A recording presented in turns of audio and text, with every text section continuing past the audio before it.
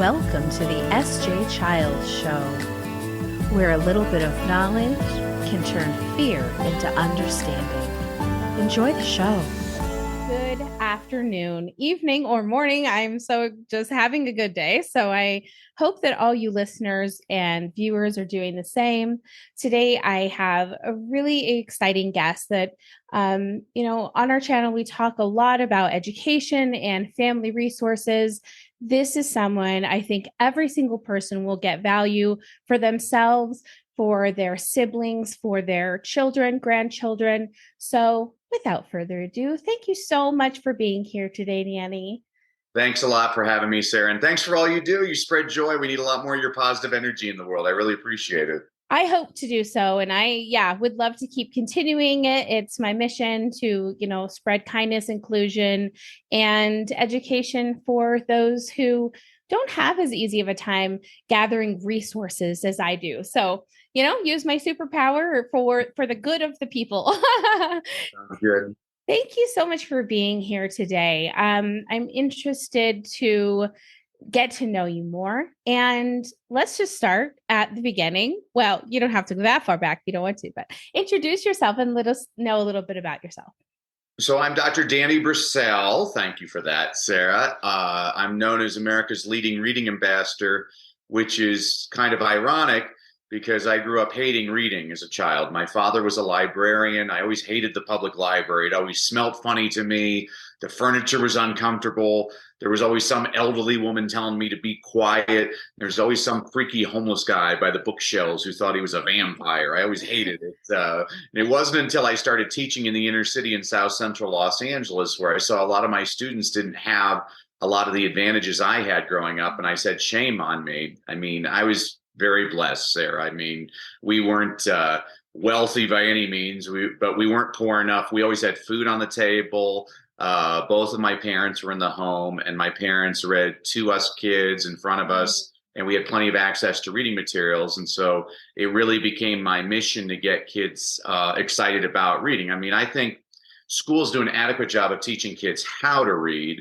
Yeah. But the question I always ask people is, well, what good is it teaching a kid how to read if they never want to read? I teach kids why to read because I've never had to tell a kid, go watch TV. I've never had to tell a kid, go play a video game. And I never want to have to tell a kid, go read. I want them to choose to do it on their own because they think it's fun. And I think, unfortunately, a lot of schools are teaching kids maybe, how to read in an alligator, but it's not fun. And the kids don't enjoy it.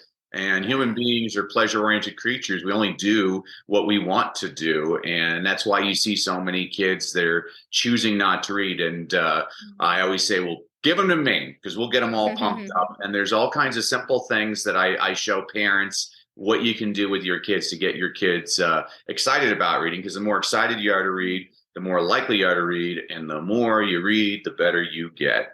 Yes, I love that. It is so true. And I think that a lot of educators, especially past educators, former educators, really see the deficit in the learning for fun or learning for interest rather than learning for have to, right? Or whatever you want to call it. So, and I think that it's really special when we have these opportunities to teach our kids. I was really lucky when I had my son. I was really excited. I was an older mom. I was pregnant, older. And so when I had him, I was like, oh, I'm going to start reading as soon as I can with him. You probably remember there was a program called the Your Baby Can Read program. And I purchased that, brought it home, did the Your Baby Can Read program. And I started at 1 month old. So, bless my heart for wanting to have really educated. But what I didn't know was that child was autistic and had a photographic memory. Oh, wow. So what I was doing was providing this 1-year-old the ability to read. And at 2, he started writing. He was nonverbal till he was 4, but we wrote back and forth and he was able to read and start learning immediately, which gave us such a huge we had no idea such a huge, leap forward. Um, but just like you said, so blessed to have that um, kind of, like I said, just forward step for him, because then came the struggles with other things, but but the love of reading has still remained and still exists since, his fostered into his little sister, who looks up to him and wants to be, more academically like him, like everyone else in the family, of course. So yeah, it's been an incredible journey. That's great. I love it. Yeah, I thought that I was thinking right when we started, oh, I think he'll be excited to learn about this little guy who can, Mhm. read now. Is I mean, I found a video just recently of him reading the Tao Te Ching when he was 5 years old. And right? And just to hear his tiny little voice, who had barely made progress in actually speaking, but was having all of these huge words and meaning behind them, and just fascinating what reading can do. That's great. I love it. Yeah, absolutely. So, what got you started kind of in this journey for yourself? Where did you find the love of reading? You said from your parents. How did you then kind of move that into, like, this is what I'm going to do as my passion? That's a great question. I don't know if anybody's ever asked me that. I'm just a voracious reader now, and I love getting people excited about reading. When people say they don't like reading, I'm like, well, you haven't been reading what you need to be reading. I mean, our research is very clear on this. It doesn't matter what you read. What matters is how much you read. It doesn't matter if you're reading James Joyce or James and the Giant Peach. People who read more read better. And so a tip I give to all those parents out there is that the little boy who only reads Captain Underpants is going to be a better reader than the Mm. little boy who refuses to read anything. Captain Yes. Underpants is the gateway drug to Shakespeare. But That's right. you got to get the kid excited about it. I mean, you should be, as a parent, you should be listening and paying attention to what your kid's interested in. I mean, if your kid 100%. loves soccer, then you got to be reading soccer books to them. If they love stegosauruses, get some dinosaur books out there. Like monster trucks, do monster trucks. Yeah. And, a lot of people think that reading has to be a book. I think this is the big problem out there. When they think of reading, it's got to be Dostoevsky, and I'm like, no, you don't have to use a Russian novelist as your only type of reading material. I mean, magazines count, newspapers count. There's all kinds of things that you can be reading. And that's what I'm always trying to do, is to pick the right book or the right reading material for the right reader. Yeah, absolutely. And Audible, or, Audible's listening great. to an Yeah, I mean, I auditory. deal with a lot of dyslexic students, I and a was lot just of going to people say don't, yeah, that. people don't know this, but dyslexic students tend to process information really well through their ears and auditory. And a lot of people don't know this. Over half of the Fortune 500 CEOs are actually dyslexic.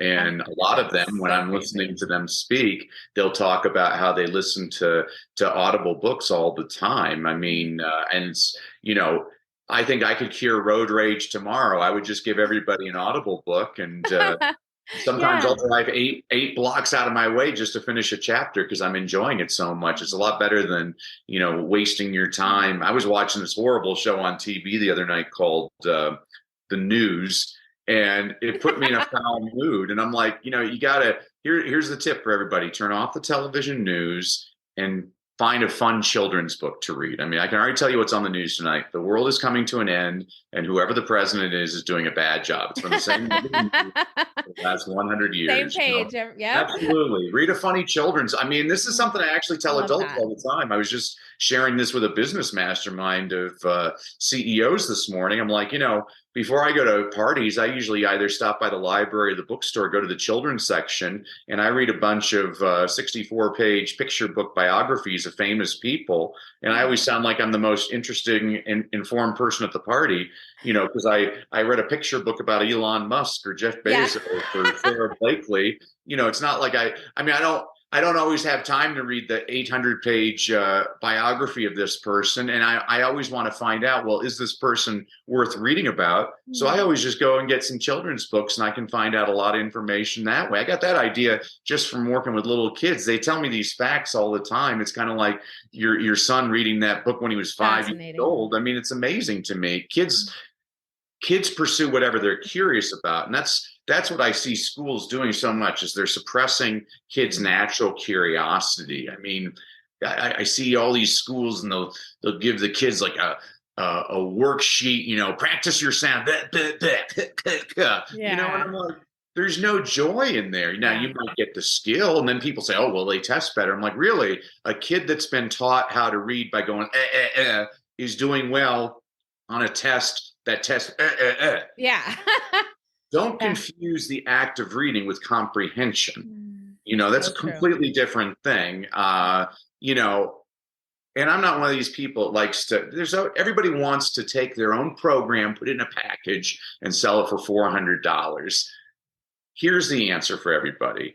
There's lots of answers. There's not a single answer. Every kid's a little bit different. I was interviewed the other day, and somebody asked me, well, what do you think, public school or charter school? And I said, yes. Some kids do well in charter schools. Some kids do well in public schools, private schools, magnet schools, home schools, vocational schools. I don't know why we always try to make everybody the same. I mean, the strength of the United States is our diversity. We 100%. Should be embracing that. 100%. Look at your son. I mean, your son, he might be deficient in certain areas, but he's also proficient, highly proficient in other areas. And I see this all the time. We love to label people, and unfortunately, we usually label them in the most negative fashion. We're ignoring the fact that there's a positive way to label everybody. I mean, I look at my own 3 children, and they're all completely different from one another. And they all have strengths and weaknesses. I mean, my oldest daughter, she was always a good student. Never had to motivate her at all. She wants to succeed, but she's not the most empathetic person. I mean, if I was in a car accident bleeding to death, she'd be trying to show me the A she got on a paper while I'm dying. Meanwhile, my son, when he played soccer, he was the only kid on the soccer team who hadn't scored a goal. And the best player on the team kicked the ball, and it nailed this kid on the other team right in the face. And the star player's like, oh, he's crying because he can't score or whatever. And meanwhile, my son, who never scored, he went over and helped the kid. He said, are you all right? And I said to myself, I always wanted to be the dad of the star player. I'm like, no. I like being the dad of the kind player. I love that. And, no, I agree. And you have a third too. Did you say that? You have 3 kids? She's for whatever reason, my youngest daughter, she likes literature. I'm like, my gosh, I just had to read The Great Gatsby to her, which I hate that book. At least now when I read it to her, I'm like, okay, I still hate the story, but I understand F. Scott Fitzgerald. That guy knew how to write. It's beautifully written. And now I'm reading aloud Oliver Twist by Charles Dickens, which I'm going to tell you right now is the toughest book to read aloud because it's written 18th century style and all this like Cockney. Yeah. It's killing me reading. It is taking forever. But she likes it. And, it's a suggestion I give to all parents out there. I mean, I have my oldest daughter, the series we're reading right now, she's really into the Game of Thrones series by George R.R. Martin. Yeah. My son is into the military stuff. And so we're reading this book by this British general from the First and Second World War, Sir Adrian Carton de Wiort, who got like wounded 12 different times. He's missing an eye, he's missing a hand. It's just the most fascinating thing. And then my youngest daughter, we're reading Oliver Twist now. And then my wife and I, she's into the Outlander series by Diana Gabaldon. And then actually you're in Salt Lake. There's this great author in Salt Lake, Beth Brower. She wrote this wonderful series of these short books called The Unselected Journals of Emma M. Lyon. And they're each like 120 to 160 pages. Check that out. I wish I knew a famous actress in Hollywood because these have to be made into movies. They're beautiful. They're so sweet. It's almost like a Jane Austen thing, but with great characters. I Yeah. love them. I know So a couple and directors. Maybe I'll pass that message yeah, along. I mean they should. All they have to do is take me out to lunch for turn. It's There you it's a wonderfully written series, and they're great Yeah. characters. And Oh. and unlike most books, they have a very good, strong female lead, and then she has these three male friends, and they're friends. Like it's so I was sharing with you one of my, I have one of the top book clubs online called Yeah. lazyreaders.com, where every month I provide 10 book recommendations, 3 or 4 adult level, 3 or 4 young adult level, and 3 or 4 children's level books, all under 250 pages for people who say they have no time to read. But I gotta tell you, Sarah, it saddens me because it's so difficult finding a nice book for a teenager. Almost Hmm. every young adult book is about dystopian society or Hmm. date rape, and I'm like, no Yeah. wonder teenagers are messed up. They're reading really, I mean, a lot of people say garbage in, garbage out. I'm like, that's not right. Garbage in, garbage stays. Yes. Like you need Yes. to. This is why I listen to your podcast instead of watching network news or cable news. Those things Yeah. depress me. I need to be around people that are part of the solution, not people listing off all the problems. Anybody can Thank gripe, you. so that's what, Yes. like, and I always tell parents that I'm like, you got to be very careful. I mean, like, so my oldest daughter, it's not like I think the Game of Thrones books are like, I mean, there's some I'm graphic stuff watching it right there. now, so I get it. Well, I mean, and this is, I don't censor books from any kids, but I also don't promote certain books, so Yeah. like, I mean, people ask me as a teacher, do you ever censor books from kids? I'm like, I don't censor books, but if a parent tells me they don't want their kid reading that book, I don't read it. Yeah. There's over 4 million books written in English last year. Some of them are pretty good. I'm not going to waste my time fighting a parent. I mean, because I think a parent Yeah. has rights. If Sure. you have, maybe based on your religious beliefs Yeah. or whatever. And I'm like, I'm not here to put that down, but I don't believe something I really don't do is I don't like filling kids' heads with negativity. Hmm. I really want to, the last couple of years with the pandemic, there's a lot of people hurting out there. And Yeah. I think, and I'm not putting it down. Like I train speakers too. I just came back from 2 days of training a bunch of entrepreneurs in Milwaukee, Wisconsin. Hmm. And so many of the people were just listing the most depressing stories. And I said, Hmm. well, why are we, first of all, I think people need hope. I don't know if your story provides so I think it'll be effective for selling what you want to sell, but I don't know if it's good for humankind. And secondly, I always make the point to them. I'm like, do you really want to keep on telling this talk 500 times? I mean, it's going to Yes. depress you. Plus, because my specialty is adding humor to presentations, Hmm. and I tell them humor never gets old. You can keep on telling the same joke and there's authenticity. You can authentically laugh. The more you tell the same sad story, I think you start having crocodile tears because A I think hundred you lose the percent. authenticity. Yeah. So, but that's my personal belief. I mean, people can debate me, and that's fine. That's the other thing I'm trying to stress in America right now is it's all right to disagree. Hmm. It's not all right to be rude to one another and to call each other nasty names. Yeah. And so one of the things I'm always trying to model to kids is how to have a productive conversation Yeah. where we agree to disagree, but we listen to different points of view. I mean, if you're only going to listen to one point of view, you're killing off, again, this is a point. I was just making this point to kids. I'm like, we should be so happy that we're all different. I mean, if we were all the same, the pandemic would have wiped us all out. But So all of us true. are different, Yeah. and we should be embracing that all the time. And so I Oh. don't know. I'm off on a tangent. Long answer to a short question. Sorry about I that. love it. No, it's for you're a storyteller. That's what you do. And I think it's fascinating to listen. It all wound up in the same exact place it should have been. So no, it's great. It's great. When you are a writer and like myself, when I was a child, I loved reading very early on. I think that I was probably hyperlexic, just like my son. Mhm. Not just like my son, I shouldn't say that.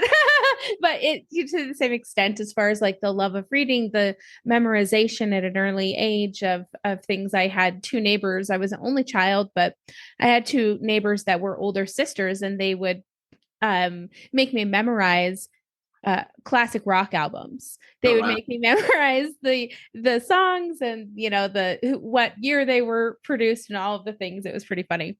But it helped me to gain a memory really early on. And so when I got into school, I found that was one of my favorite things to do, was like, definition word search or word, anything that had to do with letters and words have always been my favorite thing to do. And so it was great when I started writing like as an early teen and really saw and enjoyed how much I loved to read back then, but I also loved to write and had these huge stories going on all the time in my imagination. And so being an adult, and when I started the children's books, it was more for my own daughter. I was writing her a book. Our family has what's called outer ear microtia, which is little tiny ears, just little ears. And my daughter and my son both have the same heredity. It's from my mother's family. And when I was growing up, it was something that was hard. There was a lot of bullying and a lot of name calling for a long time, many years. And I was pregnant I was pregnant with my daughter at the time and at the store, and somebody said, "Hey, little ears." And I was thinking, no, this can't still be happening way into my adulthood. So I started writing this little book about physical differences and about how it was okay and be proud of yourself and all of these things for my daughter. And then it led into, the teachers of their preschool. "Oh, these are great. You should write more." And I just, just kept going and going. And so I have actually about 10 or 15 written, but I've, published the 7. But it is so beautiful when you, for me, I shared it with my neighborhood kids, kind of my little beta group, to see, they sat on my front porch one summer day. I read to them. They were so intrigued, so excited. They wanted me to write a book about them. They were so excited about that. And not only that, but it also gave my daughter the confidence, the excitement that she decided, well, what can I do and how can I be a part of this? She illustrated her own book at 8. Wow. And we published it. So just that wonderful acceptance of people's interests. She is dyslexic. My little one, she's 11. And her first and second grade teacher refused to test her due to the fact that she was, number one, she's also on the spectrum, very intelligent, brilliant child. So she couldn't be dyslexic. She's brilliant, right? She has this emotional intelligence of, who knows, someone much older than herself. But they didn't see what I was seeing, obviously, was the backwards handwriting.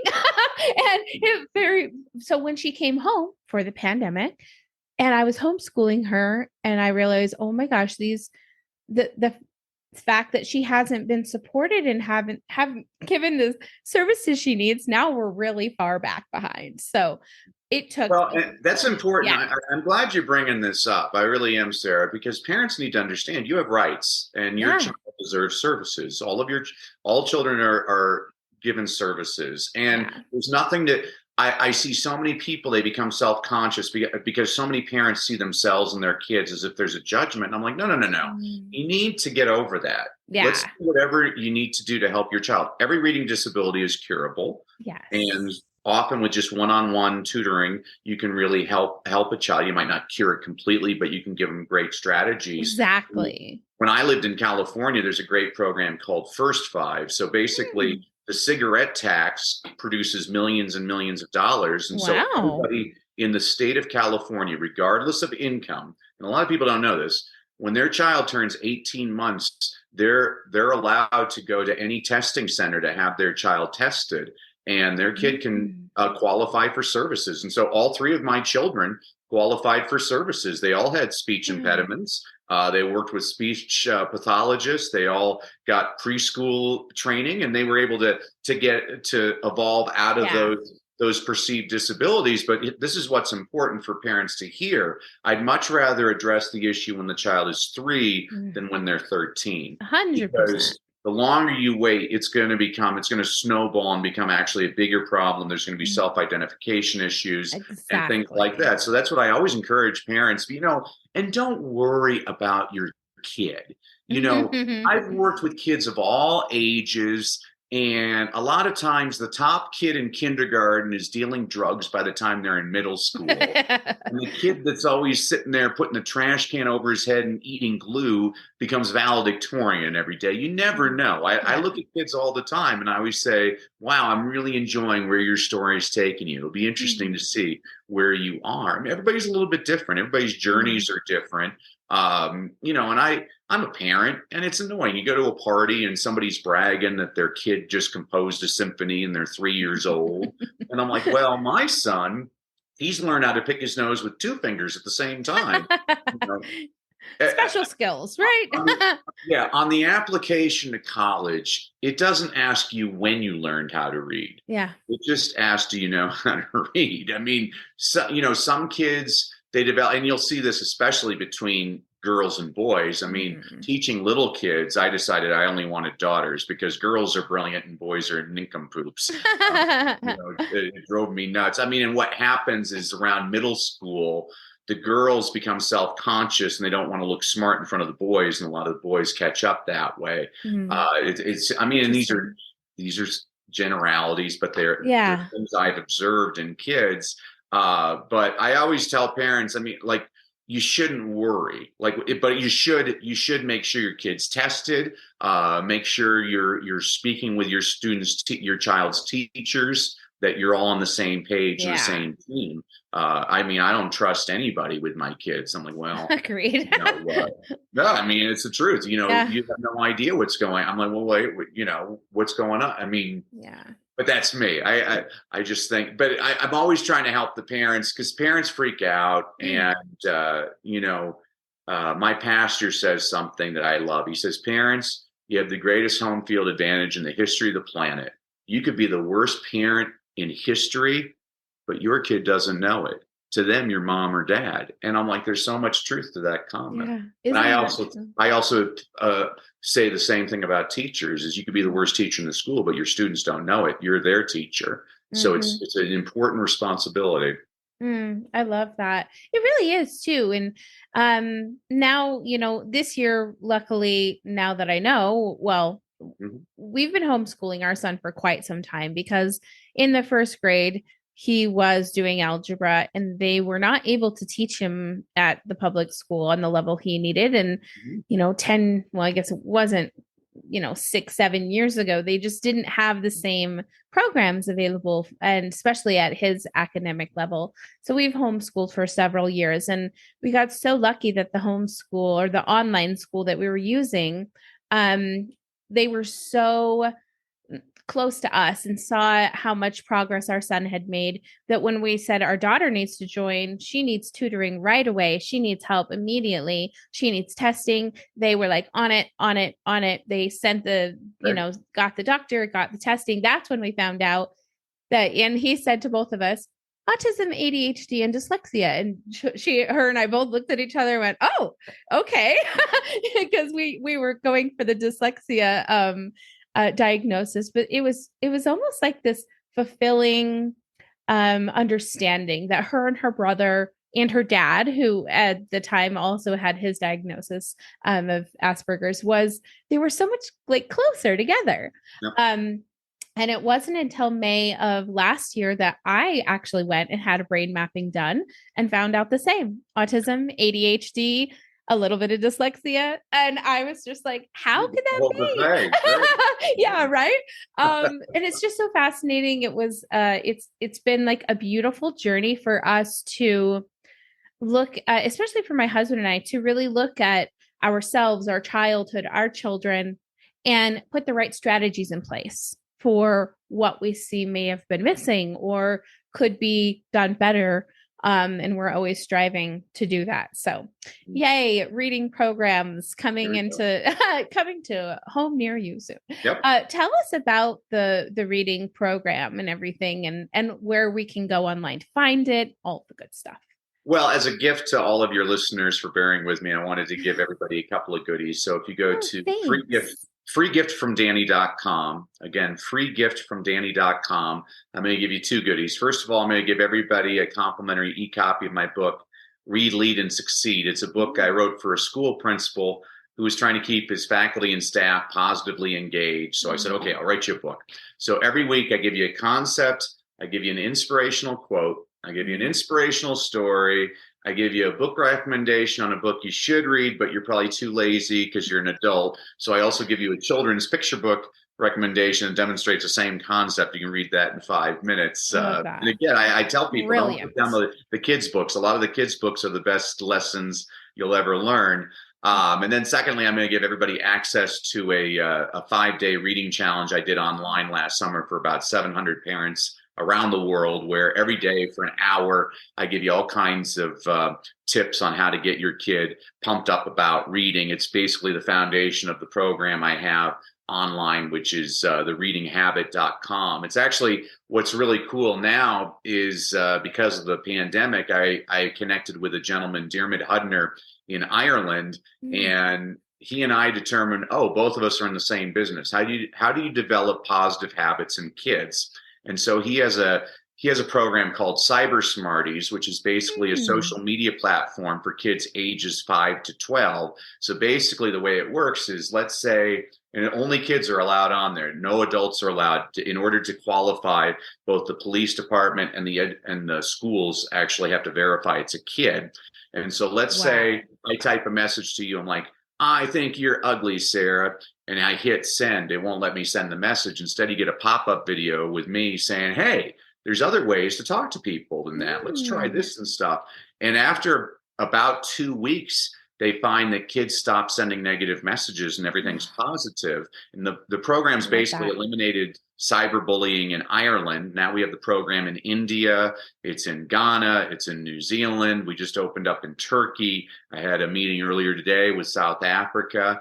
And it's just teaching positive habits in kids. And so my reading program is now on there as one of the things that it has a separate store for parent tools so that parents can teach their kids like better nutritional habits and better reading habits and better social emotional habits to help the kids.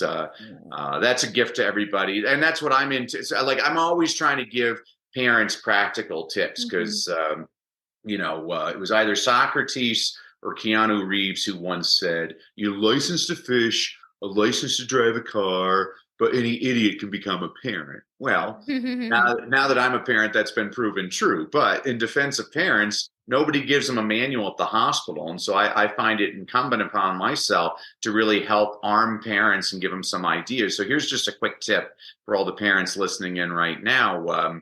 I have a feeling television is here to stay. And I work with all kinds of parents in the inner city that say, I have nothing to read at home. I'm like, oh, you do. President Bush Sr. over 30 years ago signed a very important law in the United States. It says every television set sold in America has to have closed captioning. So the first tip I always give parents is turn on the closed captioning on the TV. Yeah. And parents will ask the question, well, wait a sec. If the show's in English and the subtitles are in English, what good does that do? I'm like, well, that's a fair point, but let me make a point.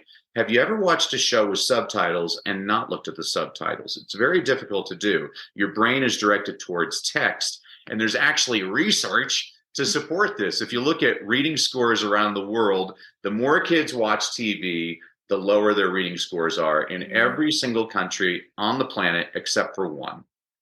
The country where kids watch the most TV has the highest reading scores in the world. It's Finland. And people always ask, well, how can that be? I'm like, well, Finland makes really bad TV shows. And so what they have to do is they import all these old American sitcoms like Gilligan's Island and the Brady Bunch. And they have to subtitle them in Finnish. The kids are reading constantly. So that's a quick tip for any parent out there is get the kids watching TV. I mean, my own 3 kids, I established the habit when they were young that I knew that they'd watch TV. which is fine. But the price of admission before the TV's turned on, the kids have to bring me something to read. So when they were little, they would bring me picture books and we'd read a picture book together. Now I have 3 teenagers, and so they'll maybe bring me their iPad and we'll read together an article that they've come across or something like that. Yeah. But that's another habit you can get the kids into. I mean, the number I'm always stressing with parents is there was a study around the world of successful students. They were looking for patterns. What makes students successful? What are the characteristics? And they stumbled upon something which blew them away. It was the number of minutes spent reading outside of school. So they looked at the low kids, the average kids, and the high kids, and they were startled by this. The kids in the 20th percentile at the bottom of the class, your F students, your lowest students, they average less than a minute a day of reading outside of school. That didn't surprise anybody. It's probably why they're at the bottom of their class. But this did surprise the researchers. The kids in the middle of the class, C students, average students, 70th percentile, their average is 9.6 minutes per day of reading outside of school. And so when I'm doing a live training with parents, this is when the room gets really quiet and the first parent raises their hand and says, wait a sec, Danny, are you saying if I can get my kid to read 10 minutes a day at home, I can take him from an F to a C?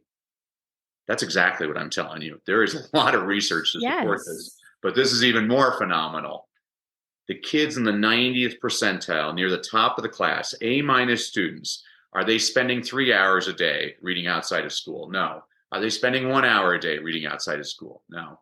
The average was just over 20 minutes a day. The entire basis of my program is finding those 20 minutes a day for parents with their kids. And so here's the two things that parents need to know. First of all, those minutes don't have to be consecutive. So you can do 2 minutes here, 3 minutes there, 5 minutes there. Secondly, and you hit upon this earlier, Sarah, being read aloud to is just as good as reading on your own.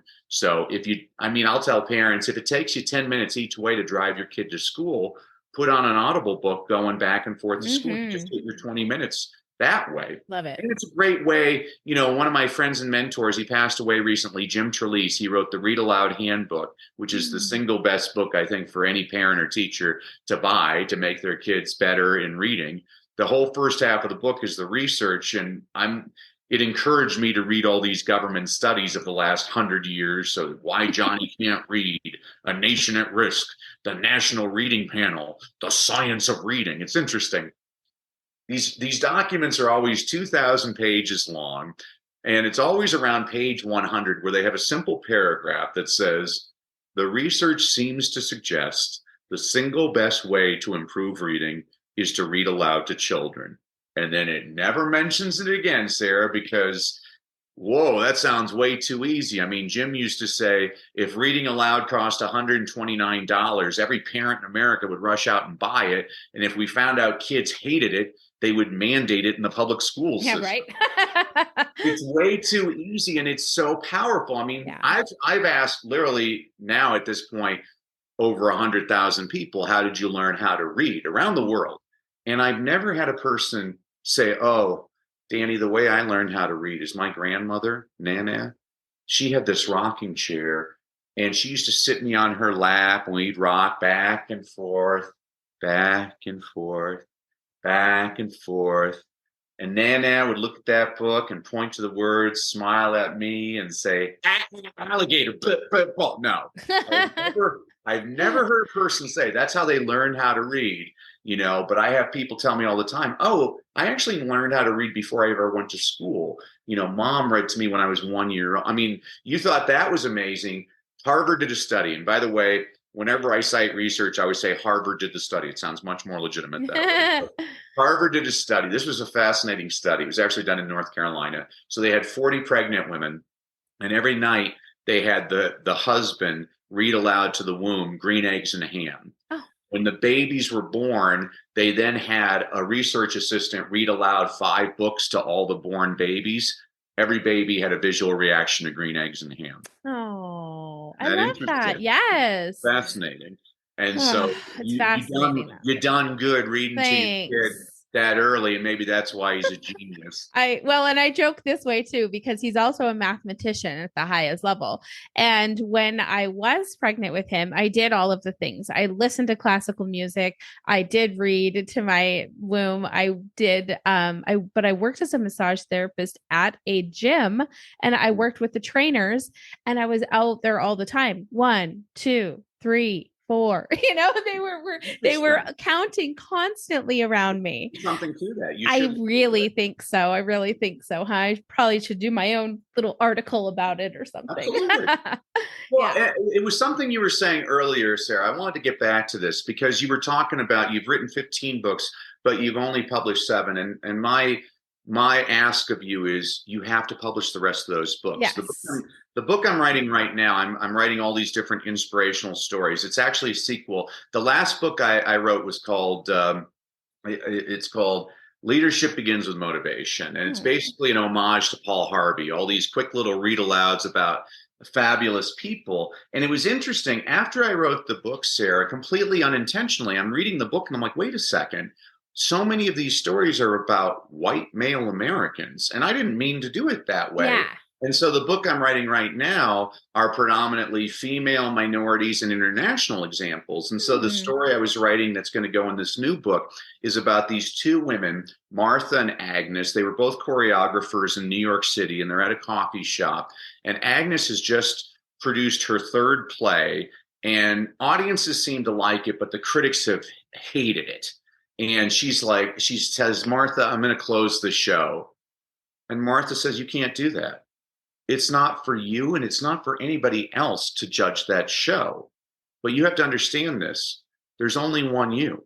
There's never been another you, and there will never be another you. And if you close this show, you're denying the universe this show.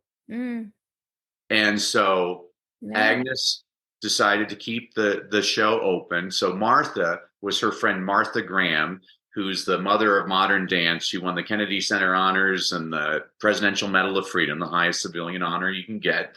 Her friend was Agnes DeMille, who had won the same accolades. She actually became the first woman to have 3 concurrent musical hits on Broadway at the same time. Wow. And she decided to keep that show on Broadway, but she just changed the name of the show to Oklahoma. Oh my goodness. And the world would have lost that if she had listened to other people. Yes. I mean, I used to do a presentation about, and the whole presentation on it was called Thank Goodness for Wives. And there's 2 stories I used to love to tell people. There was this writer, and he used to write books and send them to this agent in New York City. And the agent always said, this is great writing, but it's not what we're looking for. It's great, not what we're looking for. And he got to like his 20th book, and he looks at his wife. He's like, what's the use? And he just throws it in the trash can. Well, unbeknownst to him, his wife, she took it out of the trash can. She sent it to the agent. The agent loved it, gave him $450,000 advance for the book. He called the book Carrie, and the guy's name was Stephen King. Oh my goodness. Yeah. The other one I always love to tell people was there was a screenwriter by the name of William Goldman, which a lot of people don't know that name, but you'll understand why I'm telling you about William Goldman in a second. So he actually won an Academy Award for screenwriting. He's written a lot of famous movies, and he had 2 daughters. And every night he would tell a story to his 2 daughters, and his daughters were always all engaged and wanting to find out what happens next. And his wife would listen in. And one day she just said, William, you have to make that into a book. That's just a beautiful book. And he's like, I don't write books. I write screenplays. I write movies. And she said, well, why don't you write the book and then you can turn it into a movie? So he said, okay. So he wrote the book. He called it The Princess Bride.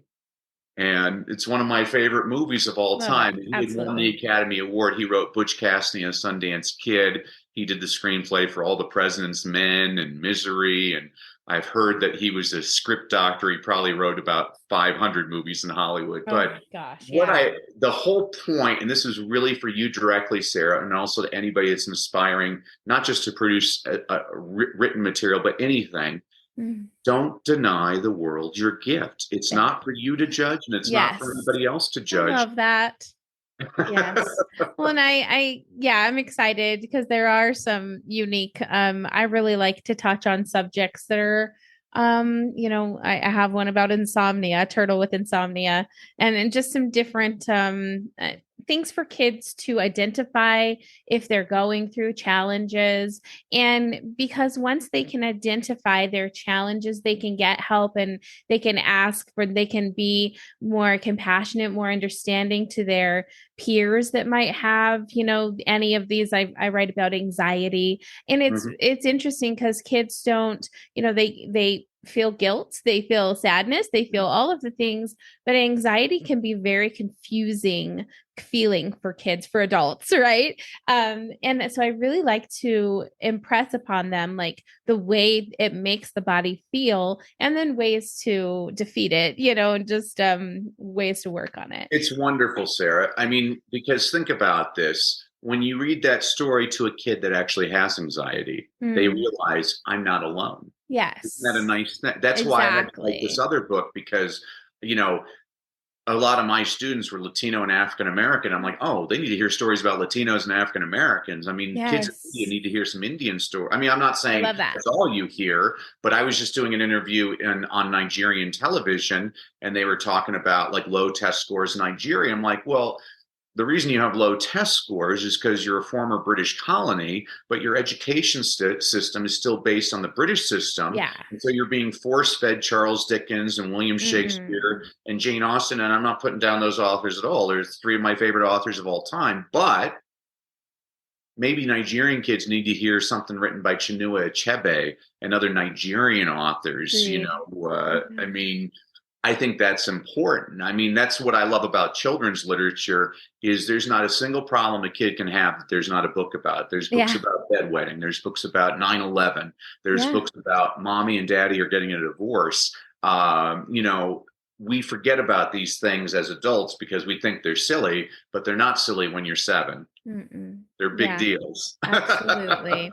No, and it's so important that there's resources out there for children, for young adults, and access to those resources, So hopefully parents and, that are listening, make sure your kid has access to a library. Get them a library card, get them, accustomed to going to the library, to asking for help, asking the library, librarians how they can help them find their special interests so that they can really engage their love of learning. Danny, it has been such a pleasure to have you on the show today. This has been just a wonderful, wonderful episode. And I hope that we can catch up in the future and possibly have you on again. Well, you just holler whenever you need anything. I'm so excited to read those 8 other unpublished books. And keep on doing what you Yeah. need. Everybody listening, again, when you go to freegiftfromdanny.com, I want to serve y'all. So, I mean, I always tell people in my speeches, people like my speeches, but people's lives are transformed by going through a program, by Mm. actually going through it again and again. That's why you listen to Sarah's podcast, but you're served by buying her books and reading those books again and again. So thanks Oh, for what thank you do. you. Thank you so, so much. Well, Thanks, you Sarah. guys God have a bless. wonderful day, and we will be in touch. Take care.